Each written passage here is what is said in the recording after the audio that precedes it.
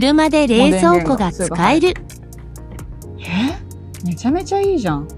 これをじゃあ車に詰めるってことじゃん。もうそういうことだよね。シガーで冷蔵庫のやつもあるだろうけど、冷えるまでに時間がかかったりとか、エンジンかけてる時にしか使えないかな。IG オンして使えるかもしれないけど、すぐバッテリーも多分消耗すごいだろうし、もうできないことは何もない。で重さで言うとこれ一番でかいかな。1500。これが